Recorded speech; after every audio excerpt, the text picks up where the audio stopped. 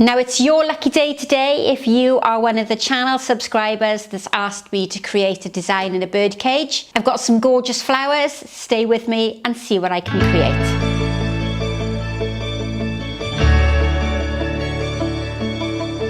So welcome back to today's tutorial. Now I've been asked many times to create a design in a bird cage, and it's not something that I tend to do as a commercial florist. So I've borrowed a gorgeous bird cage off a friend of mine, and I'm going to show you what I would do to create a table centre sort of round posy style design. The bird cage itself is fairly large, so I'm going to do a design that almost spills out through the centre of the bird cage. As you can probably tell already, I've created my base, and I'm using I'm not using half, I'm using 2/3 of a block of foam.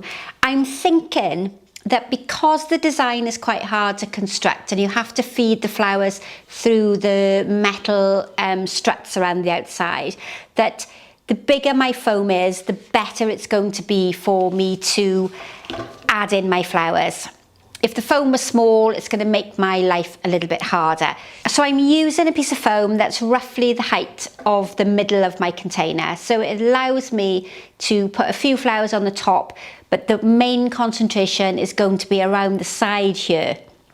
If that was a table centre, then the majority of people are going to be looking at the design from the side, less so from the top. So we don't really need to worry too much about having decorative or attractive flowers at the top, although we will of course have to cover it. So I've gone roughly half the size, and if you've watched this video back here, which happens to have the same flower combination, then I've used the black floral foam, and if you pop back and have a look at that, I'll explain it in more detail. This is Floral Foam, the brand is Oasis, and it's a black foam. It's not a new product, but it's something that I haven't worked with many times. So it's sitting in a plastic tray. That means I'll be able to water it and keep it hydrated, and I've placed it pretty much in the centre there. I'm quite happy with that. I know that's going to work, but to start with, I'm going to work on it without the cage, and that's really because I want to cover as much of the foam as I can without fiddling and getting foliage through the framework itself. So this is Physocarpus Diablo. This is from my garden. And what I'm going to do now is make a sort of posy shape arrangement, bearing in mind that it has to fit back inside that circular cage itself. So I'm just thinking that these bits may be a little bit too wide, which is why I'm making them a bit narrower. So the Physocarpus, the garden foliage, I've used before, so it's already cut down into shorter pieces. But you're looking to make sure your design is no wider than the base and the outline of your container. Let's just get that out of the way while I'm working. So fairly circular shape. Don't worry too much if it's not perfect. Once I've gone right the way around the bottom, and I know that hopefully that plastic dish is almost covered, I'm going to feed the same colour and texture of foliage up towards the top. Now I mentioned just now that I'm not going to go too tall on the top of the arrangement, and you'd need to consider how big your own bird cage is and how tall you want to create your design. You might want to make it more impressive and have more flowers feeding out through the top, around the outside, and then up towards the top, stagger in my coloured foliage so that I've got a fairly even distribution. Then I'm going to go around again, but this time I'm going to add a small little bit of the really fluffy, soft and delicate Gypsophila. This is going to really give me a contrast. It's going to give me a link between the creamy colours of the bird cage itself, and it's going to help to cover my foam. So it's doing a lot, texture, colour, coverage of my foam, and it's going to give a bit of a softness because this foliage is really quite heavy and quite dark, and it's quite recessive, so it's drawing your eye inwards. Now then, let's just go one or two more pieces. remembering not to go too wide because I'm going to squash it when I try to attempt it to get back into that bird cage itself. But I think we've got a fairly even distribution. I'm not expecting it to be perfectly round. I want quite a quirky, almost whimsical design to go into the bird cage. Now I'm going to introduce the first of my larger flower types, and I've got today some dried hydrangeas. You can just about see with the, and you can probably hear with the leaves that are on the side here, that these are last autumn's flowers. I've left them dry here in the studio. As long as they don't get damp or there's no moisture introduced around the flower head, they will last really well for you. And I've given them a dusting of burgundy spray paint so that it picks up really nicely on the colour of my leaves. And if you remember back to what I said in the beginning, I'm going to introduce these around the side, and then when this is sitting on a table or on a display stand, they will be in a prominent position for you to see. I'm not going to waste one on the top here that's not going to be as visible as the ones on the side. That gives us hopefully a really nice circular design to work with. We've got some heavier flowers in the middle. This could be a fresh hydrangea, it could be a large peony, it could be sunflowers even. And I've used 3 because that tends to give a nice circular shape rather than using 4, which tends to make the design quite squared. But you use whatever flowers that you can get hold of. Now it's the moment of truth. Have I gone too wide? And is it going to fit in my bird cage? So now it looks like it's been stuffed into the bird cage and there's not a great deal of shape and style to it. But you can see now how easily I've been able to create that centre section of flowers. Now what I need to do is just to rearrange it, pull a few of the flowers out so that it's not looking quite so squashed. So I've just spent a little bit of time pulling through any of the greenery that is a bit damaged or caught up in the framework itself. Same with the gypsophila, I've just very gently moved it around so that I can now add some longer flowers in, but I've really successfully covered that centre part quite effectively and quite quickly. If I just tip this forward, you can see really why I haven't wasted any of the hydrangea heads there right on the top, because the minute I put my lid on and place it on the centre of the table, then you're really going to be viewing it from this area rather than from the top. So now I've got some slightly longer flowers. I've used these once before in a previous video. This is the miniature gladioli, but this is going to work really well to give me some softness and draw your eye away from that very heavy centre that we've got in the middle. So now the design becomes a little bit trickier to make because we've got to start feeding flowers in through the framework into the foam in the centre. And now you will probably understand why I went for quite a large piece of foam at the very beginning, because it's quite hard to start feeding flowers through the foliage, through the flowers and the gypsophilia there that I've got in the middle. It's lovely and secure in the middle. The taller gladioli I can bring up right to the outside top section of my foam. Anything that's going to get a little bit damaged I'm going to remove because we're placing them really down deep in the top section of the foam. And you can keep adding more greenery in the top if you want to. You can add some softer bits of greenery. You could add some more gypsophila. But I'm going to keep going, just really trying to fairly evenly distribute the colour and the texture. Now I think on the camera, these gladioli, these mini gladioli, tend to look quite an orange shade, whereas they are a little bit darker in real life. So the contrast between the burgundy dyed hydrangeas might not look as attractive on camera as it does in real life, because the orange can be a little bit visually heavy. Right, so we're going to keep on going. Keeping on turning the design around as I'm working on it. I can add in all these lovely pieces of the tall stemmed gladioli. And one thing that's quite important about this design is to think about scale. The size of the birdcage needs to connect well with the size of the flowers. It's no good picking really small, delicate flowers when you have quite a substantial size container. So looking for flowers that are visually a bit more heavy suits the style of this container much better. Okay, so let's see what we've got next. I'm going to go with some taller pieces of eucalyptus, just again to soften it, to give me a little bit of height and to draw your flowers all the way up and cascading out over the top.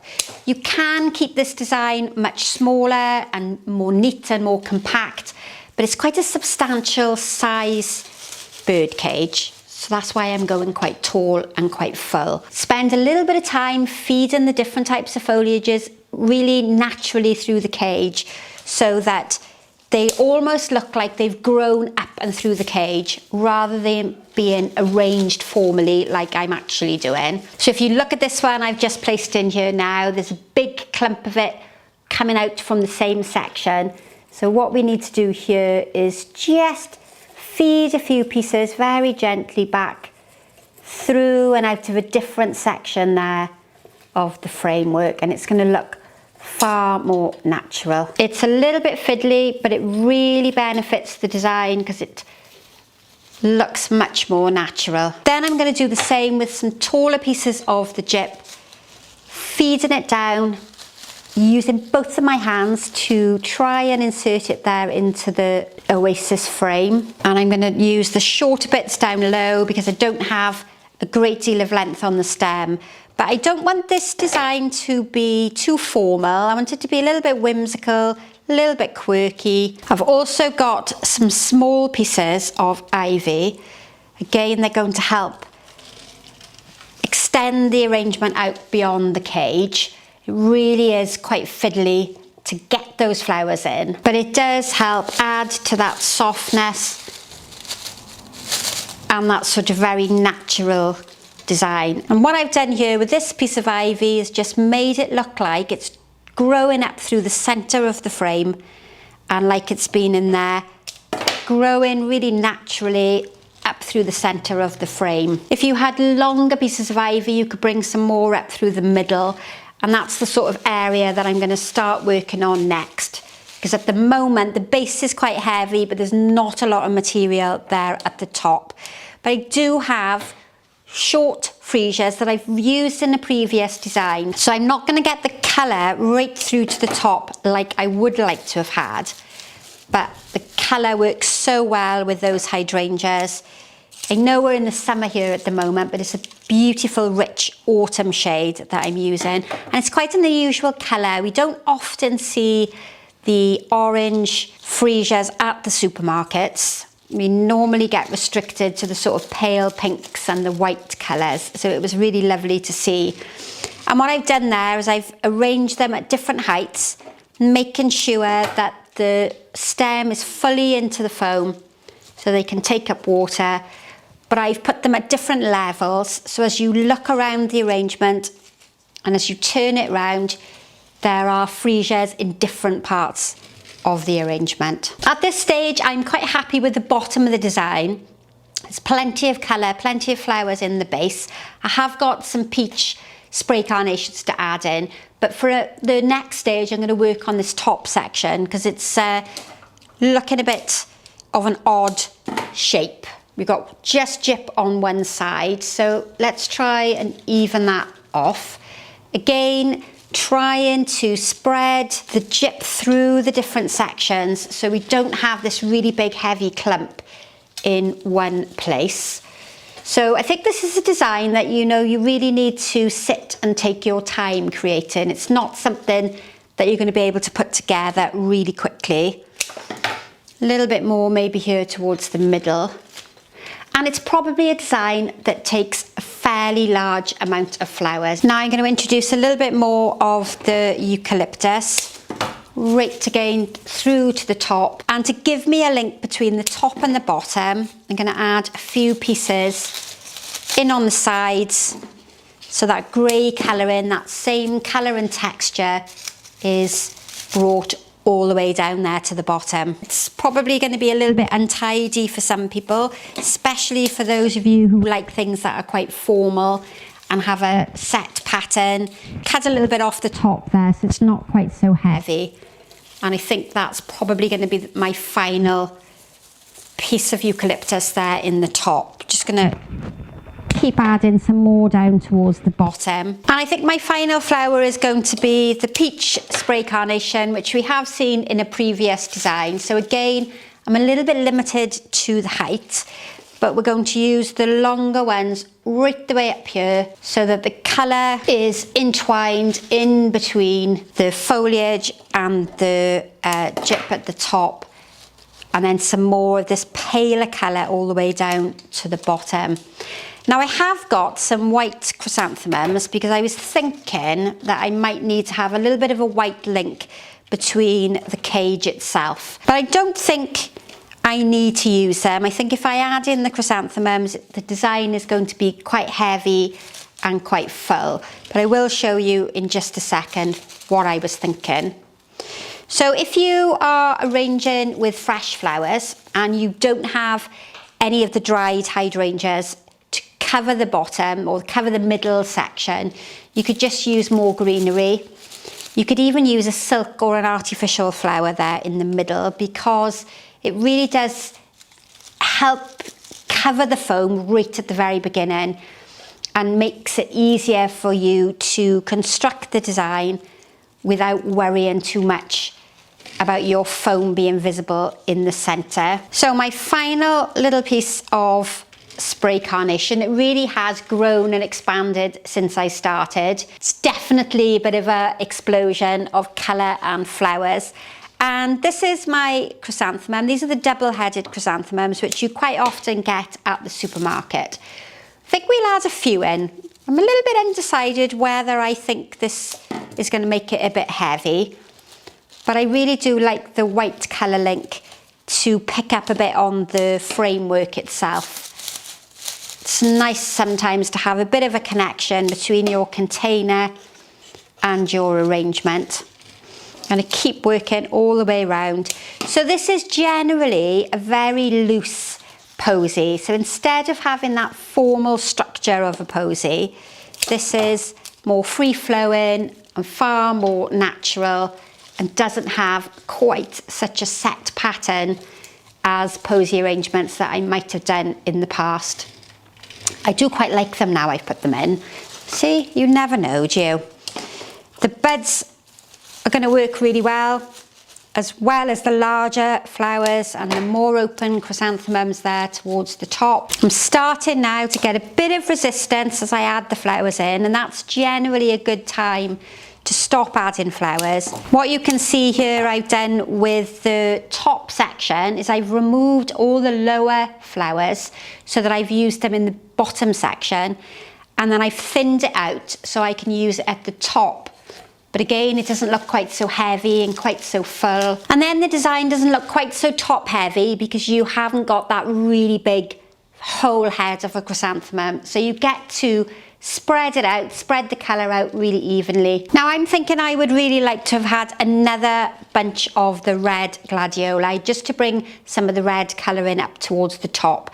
But once these couple of stems have opened, the colour will be more drawn towards the top as well.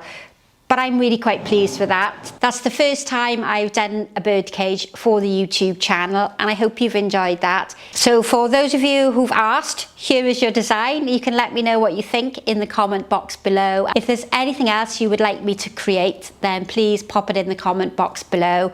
Don't forget to share the tutorials with all your friends and family. Subscribe to the channel if you haven't already done so, and hit that notification bell. So thanks for watching, and goodbye for now.